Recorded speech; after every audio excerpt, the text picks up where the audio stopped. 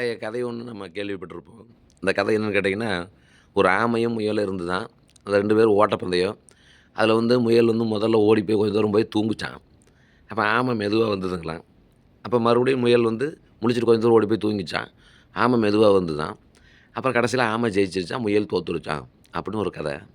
இப்ப அந்த கதையவே கொஞ்சம் மாத்தி, இப்போ ஒரு கதை சொல்றேன் கேளுங்க. இதே மாரி மறுபடியும் ஓட்டப்பந்தயம் நடக்குது. அதில முயலும் ஆமையும் கலந்துக்குது. முயலோட முன்னோர்கள் செஞ்ச தப்ப நம்ம செய்யக்கூடாது அப்படின்னு முயல் உஷாரா இருந்தது. ஏன்னா இந்த தாட்டி நம்ம எதுவுமே ரெஸ்ட் எடுக்கக்கூடாது. நம்ம போட்டி ஆரம்பிச்சோனே வேகமா ஓடி போய் நம்ம கோட்ட தாண்டியே ரெஸ்ட் எடுத்துக்கலாம். முயல் அப்படின்னு நினச்சு முயல் நினச்சுச்சு. ஆமையும் மெதுவா வந்துக்கிட்டு போட்டி ஆரம்பிச்சுச்சுங்க. போட்டி ஆரம்பிச்சோனே முயல் வேகமா ஓடி போய் கோட்ட தாண்டி நின்னுக்குச்சுங்க. நின்னுட்டு தூங்க ஆரம்பிச்சுச்சு. கோட்ட தாண்ட பிரச்சனை இல்ல அதானே ஃபர்ஸ்ட்டு. கோட்ட தாண்டி தூங்க ஆரம்பிச்சுச்சு.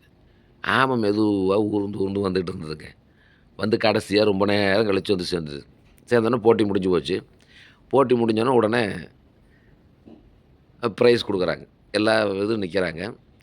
அப்போ முதல் பரிசு பெற்றவர் ஆமை அப்படிங்கிறாங்க. உடனே முயலுக்கு பயங்கர டென்ஷன். ஏன்டா நான் தானே ஃபர்ஸ்ட் வந்தேன். எனக்கு ப்ரைஸ் குடுக்காம ஆமைக்கு தர்றீங்களே அப்படின்னோனே, அந்த போட்டி நடத்துறவங்க சொன்னாங்க, "தம்பி இது ஸ்லோ ரன்னிங்ப்பா.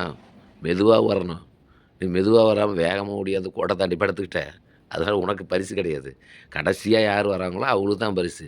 அப்ப ஆமை தான் கடைசியா வந்தது.